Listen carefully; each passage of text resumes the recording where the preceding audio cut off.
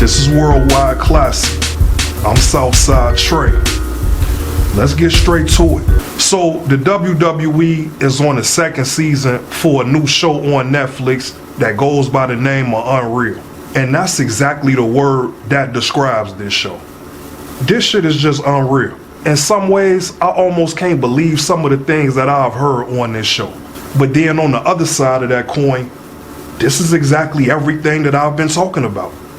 Worldwide Classic wasn't created just to talk about WWE creative. It was supposed to be celebrating a new chapter in pro wrestling. We've all sat back and watched one of our favorite sports pretty much just go downhill. It's kindergarten talent shows that run with more efficiency than what we've seen from the WWE lately. And we could talk about just almost any subject in that company to prove that point.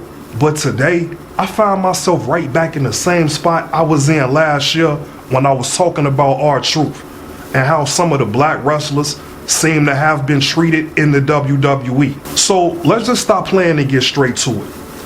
The WWE/Triple H have the damn audacity to be on this show Unreal saying that it was a miscommunication with R-Truth about his contract and that R-Truth ran to social media before any real business could be done. Now, I'm paraphrasing words that came straight from Triple H, but he's basically saying it was just a miscommunication with R-Truth.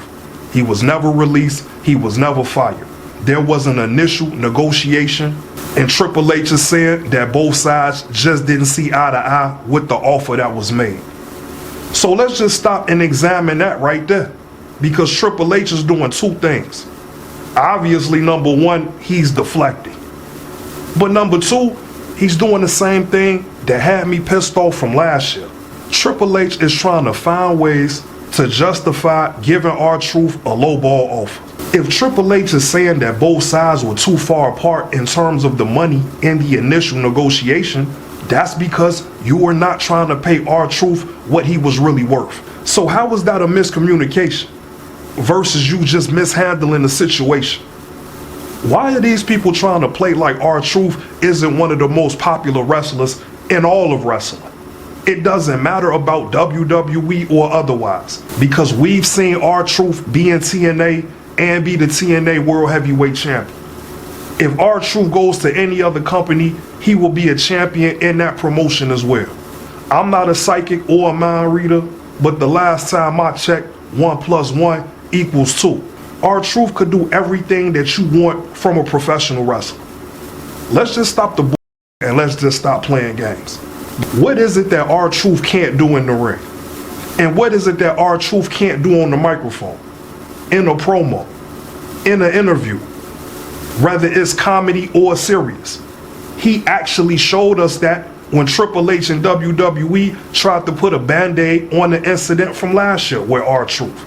We saw both sides of R-Truth then. We saw the silly side that I don't particularly care for all of the time, and then we also saw a new serious side of R-Truth, at least in WWE, because back to the TNA days, when R-Truth was Ron Killings in that company, he was taken very serious.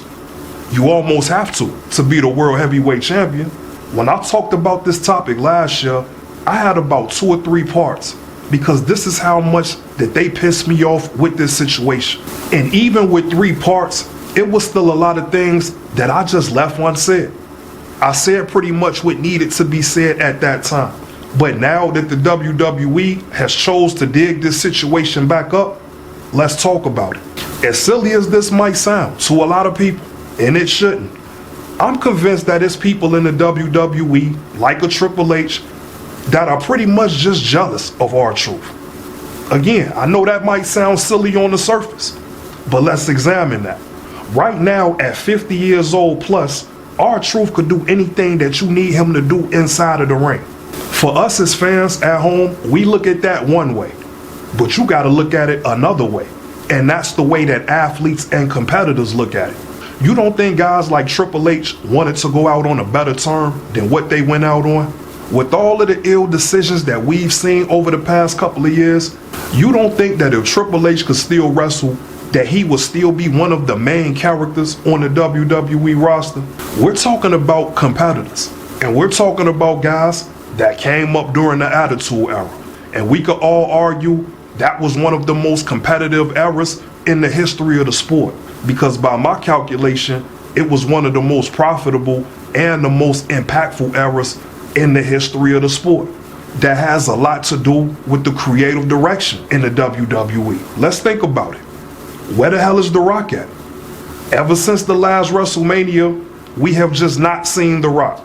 I could tell that it's some real smoke just off of that. I've never seen a storyline just fall apart and you never heard from one of the people involved again. Because that's essentially what happened when John Cena turned heel. The Rock was a major part of the story. And ever since Elimination Chamber, The Rock is MIA. He didn't even make it to WrestleMania. And for me, a lot of this R-Truth situation has race involved in it. Because it takes us back to this WrestleMania where The Rock just disappeared. But Travis Scott was still involved. For some reason, a lot of people have criticized Travis Scott. And I've even read reports and articles that somehow Travis Scott is to blame for all of the that went on backstage and with the John Cena heel turn. But this is when us as fans have to stop letting WWE off the hook with this bull. How can an entertainer that's not involved in WWE in a real way and or a real wrestler affect anything that's going on in the WWE? I mean, just think about that. And I can't believe that people are actually running with the narrative like Travis Scott is to blame for anything that went wrong, when we're continuing to see the WWE decline in so many different ways. Is that Travis Scott's fault as well, even though we haven't seen him since WrestleMania? And just like this R-Truth situation, it's been about 7 to 8 months since it first went down. And now 7 to 8 months later, WWE/Triple H is bringing this back up. But they're bringing it back up to try to make it seem like R-Truth did something out of pocket. Like I said at the beginning of the episode, the name of this show is Unreal. And that's the perfect name for this show. This is unreal.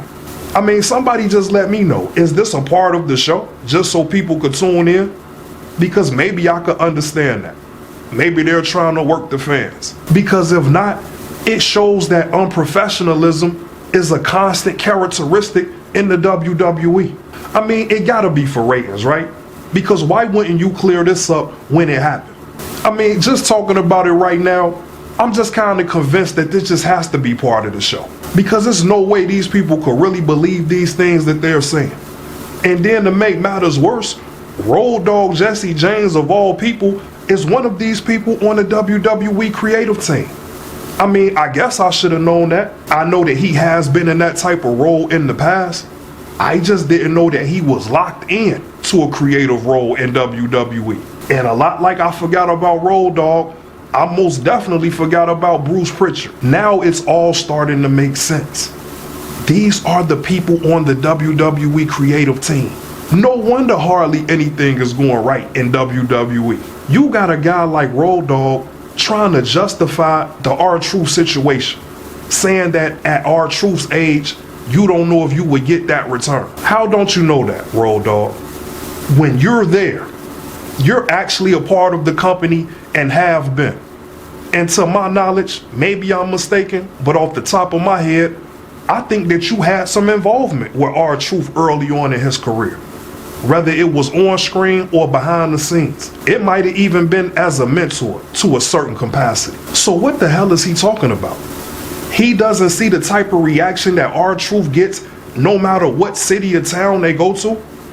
He doesn't see the work that R-Truth puts in with any of those silly ass promos that they write. They're the creative team. These are the people that have pretty much made R-Truth a cartoon character in the WWE. And no matter what type of weak ass script you pass this man, R-Truth makes this happen every single time. There's not a wrestler on the roster right now that could be as entertaining as R-Truth. Let's talk about it.